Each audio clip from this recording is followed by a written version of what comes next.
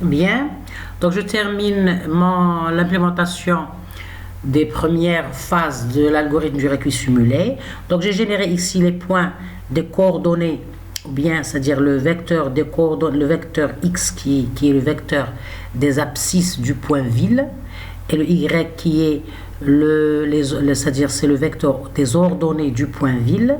Donc on a ici les coordonnées x et y. Ok, j'ai utilisé la fonction uniforme de la librairie ou bien du module random de la librairie NumPy. Ok, et puis j'ai défini une fonction coût pour mesurer bien sûr la distance du chemin qui est générée automatiquement avec la fonction de la librairie range qui est c'est-à-dire arrangée, de la librairie NumPy qui est range de dimension n.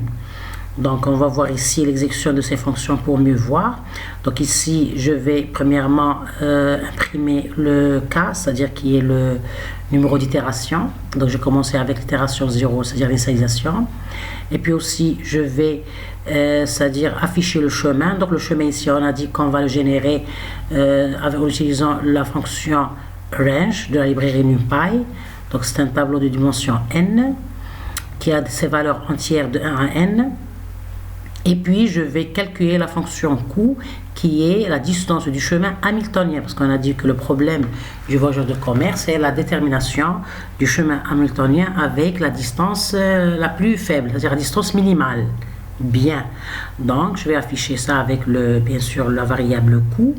Et puis ici j'ai utilisé une boucle pour pouvoir dessiner mes points et mon chemin. Donc pour le point, je vais afficher donc de k inférieur à n, aller de 0 jusqu'à n. Ici, je vais incrémenter le compteur de la boucle qui est k plus 1.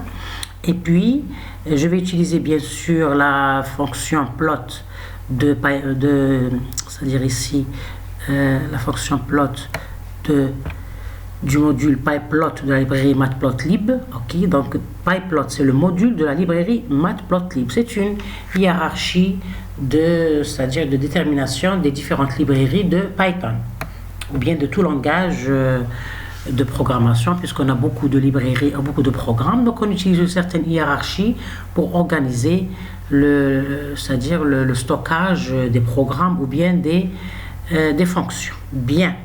Donc on a ici, je répète, je vais utiliser pour afficher mon graphe ou bien mon chemin, je vais utiliser la fonction plot du module pyplot de la librairie matplotlib. Ok, bien.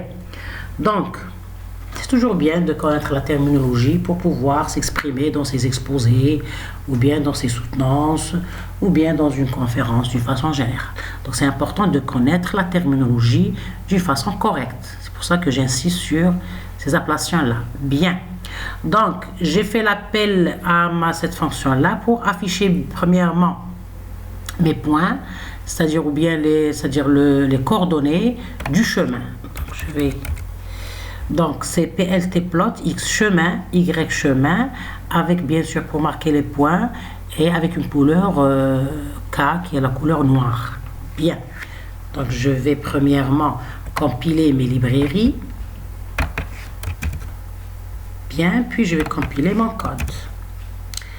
Donc on voit ici que premièrement il a affiché la première, c'est-à-dire le chemin initial. On est en train ici de générer le chemin initial. Donc on est en train d'implémenter l'algorithme du récuit simulé pour la résolution du programme de voyageurs de commerce pas à pas, pour mieux comprendre les différents pas d'implémentation, c'est-à-dire de programme Python. Donc premièrement on est en train de générer c'est-à-dire le chemin initial. Donc le chemin initial il est choisi avec la fonction range, c'est-à-dire de dimension n qui est le nombre de villes. Donc vous voyez qu'ici n égale à 5. Ok, j'ai fixé n égale à 5 pour mieux voir le chemin. Donc j'ai affiché mon chemin avec les coordonnées de chaque point du chemin. Donc x c'est l'abscisse, y c'est l'ordonnée. Et ici, c'est-à-dire c'est x qui est, c'est x, c'est l'abscisse du premier point du chemin. Ici, si je reviens à mon exposé, donc ici j'ai généré c'est-à-dire le x, y du chemin. Donc c'est-à-dire ici, lorsque je dis x chemin, c'est-à-dire l'abscisse du premier point du tableau chemin qui est généré ici. Vous voyez? Donc, générer un tableau chemin avec 5 valeurs. Vous voyez? C'est-à-dire j'ai généré un tableau que j'ai appelé chemin avec 5 valeurs qui sont les noms des villes. Donc, c'est le nom des villes dans un autre croissant. C'est le chemin initial. Donc, on a 1. Donc, c'est le chemin hamiltonien initial. J'ai généré avec la fonction arrange de dimension n. Donc, on a ici les noms des villes qui sont des noms entiers.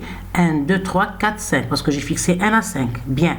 Maintenant, pour pouvoir dessiner mon chemin, je vais dessiner la ville 1 avec ses coordonnées x et y. L'abscisse x et l'abscisse y. Donc ici, le x et y, je les ai générés, c'est-à-dire les coordonnées de chaque point ville, j'ai généré aléatoirement avec la fonction random uniforme, c'est-à-dire la fonction du module random de la librairie NumPy. Ok?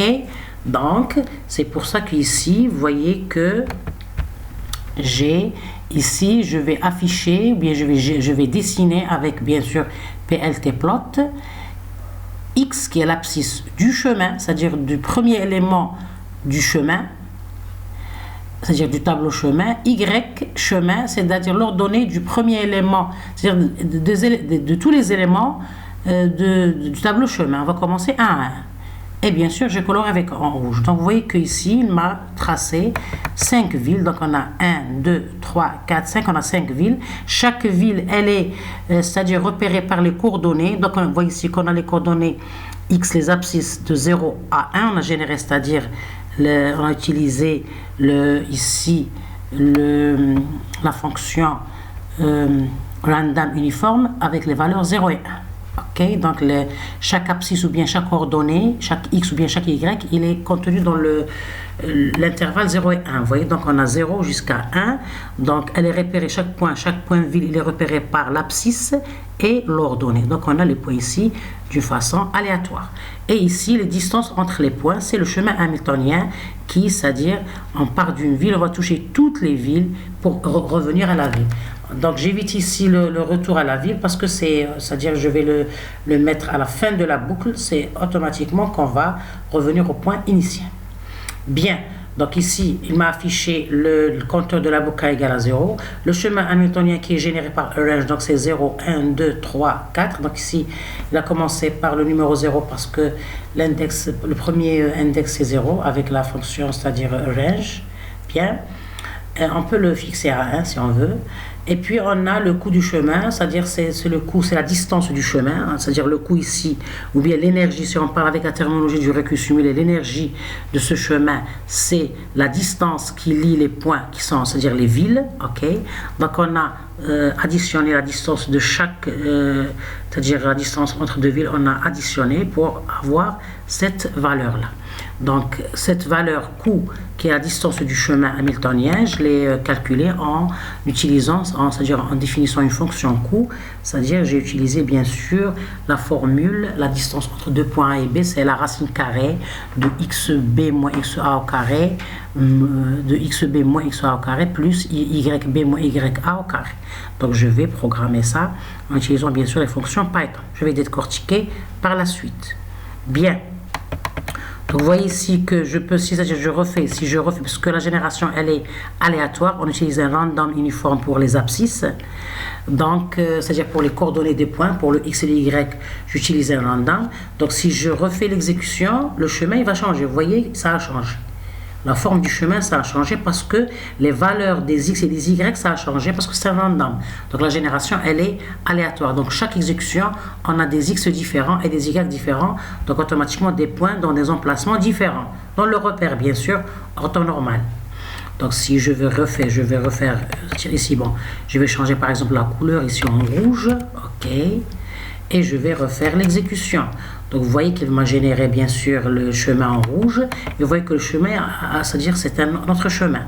Parce que les x et y sont générés aléatoirement en utilisant la fonction, bien sûr, NumPy, c'est-à-dire MP, random uniforme, avec les paramètres début et fin de l'intervalle, plus la dimension c'est-à-dire du tableau. Donc si on refait la génération et l'exécution, vous voyez que le chemin change. Donc il y a toujours changement du chemin parce que les coordonnées changent, parce que la génération elle est aléatoire. Très bien. Maintenant, on va revenir à la définition, comment on obtenir cette